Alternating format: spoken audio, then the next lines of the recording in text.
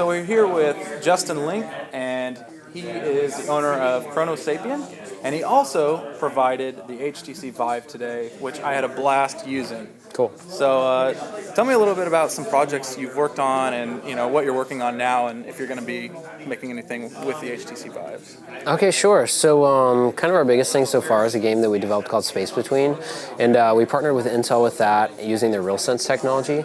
So Space Between is kind of an underwater themed game where you use your hands and your head to control different sea creatures and machines. So we developed that, for the RealSense platform, and our concept with that was really to kind of create something that was very easy to get into and kind of showed the range of applications that you could create with the technology, or at least the range of input that you could use. In terms of the Vive itself, it's still pretty new for us, and so we're still kind of like exploring. Most recently, we spent about a week kind of jamming on an idea that we had, and in that you kind of take the role of an explorer in an Aztec kind of temple, and you're doing things like dusting off runes, like holding a torch and sort of lighting things up, cutting away vines and webs and things like that. Cool. So yeah, we're just getting started with that, but that's kind of our next Vive thing. I know it's probably early but do you think that you'll be using, what kind of locomotion do you think you'll be using to kind of navigate, because you only have that certain amount of space or whatever? It's a good question. Pretty much we're designing it to be in the space that you have. So I think the average space for the Vive is going to be something like 10 by 10. I've seen things where it can go up to 15 by 15. The one that we have back here is, I think about a 9 by 9. But we designed it to be a room that you're in. Yeah. So basically what you're going to be doing in the game is going from room to room, and we'll just do like some kind of teleporting or some other kind of transition. We actually had an idea of sucking you back out and going to like a third person kind of God view and then going into first person. Seeing all the different world or places you could go. Exactly, and then sort of flying into one. I just played an architectural demo and recorded a video of that. It was just like an apartment, and then you could see all the rooms and then zoom into it and go be there.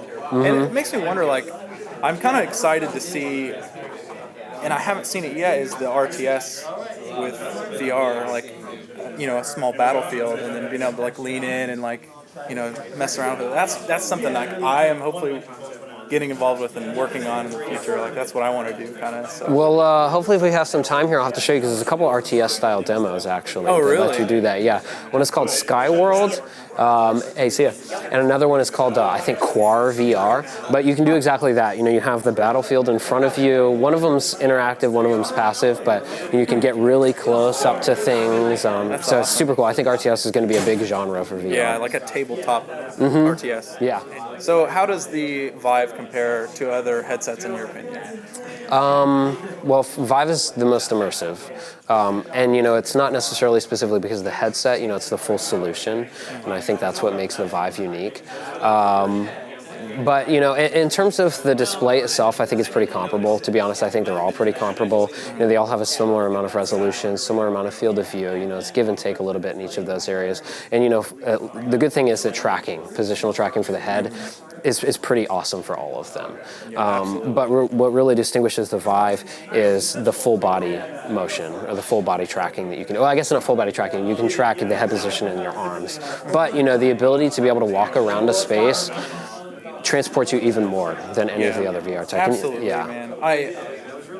That's one, I was just telling somebody else that resolution, I could play the DK2 for another 2 years, probably, if people kept making demos, because I'm still having a blast with it. Yeah. That's not where it's, resolutions will always get better. There's other aspects that, and Vive has obviously taken advantage of that. Yeah.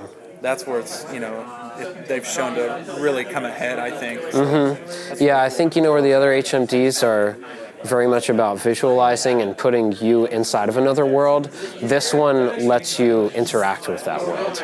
And so that, I think, would be the simple way of kind of explaining, one of the biggest differences.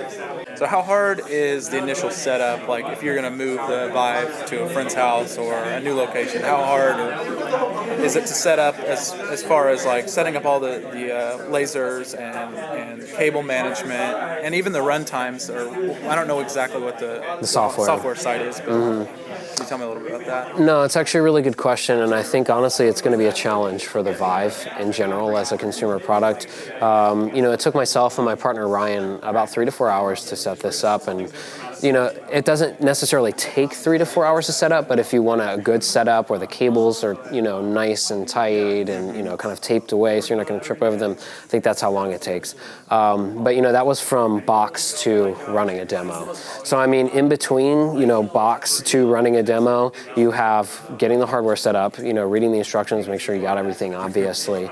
Then there's setting up the base stations, which is probably the most challenging part. We had to purchase these carpenter poles, to mount them on, because you need them on opposite ends corners, and unless you have something to mount it on, then you have to figure something else out. So that was a thing.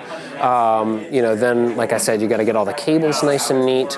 Then once you finally get all that in, it's all about getting the software. You install it, and of course you can do the software while you're doing the hardware. Hopefully, if you're smart. But then once you get all that stuff installed, now you got the calibration, and the calibration is much easier now. But it was a little more challenging before. But anyway, that's a stage. You only have to do it basically one time, and then for that it knows exactly every time you start up a game. So it's not like Oculus Rift. Every demo you set up, you're like hands over here in your bodies. No, it's really good, and actually that's what's really cool about it is it's pretty much always the same as long as you don't knock one of the base stations. But I think the question you asked was being able to take it to a friend's house. I think you definitely could do it. It's just, I guess if you're a LAN gamer, then maybe it's a little more natural to you.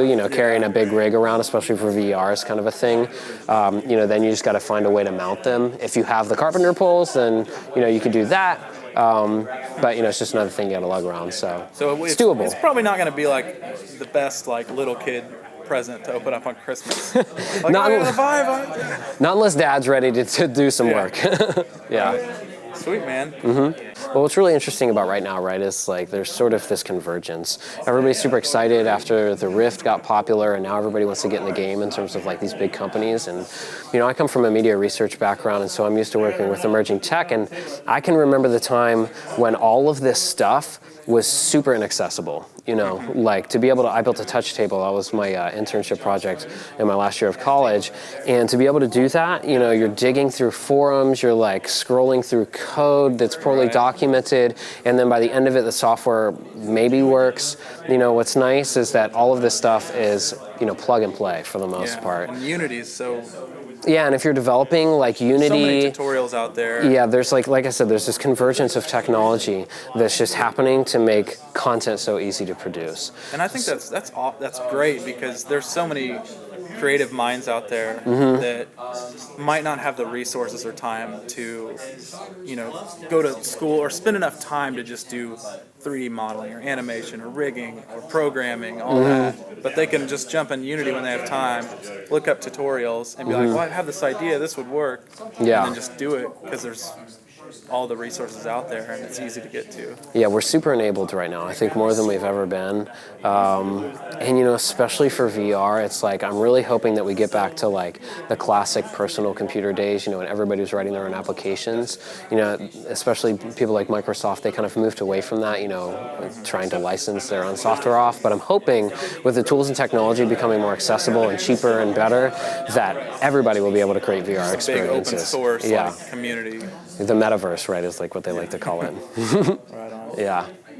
Well, thanks for talking with me today, Justin. I had a blast trying out the HTC Vive. These guys are awesome.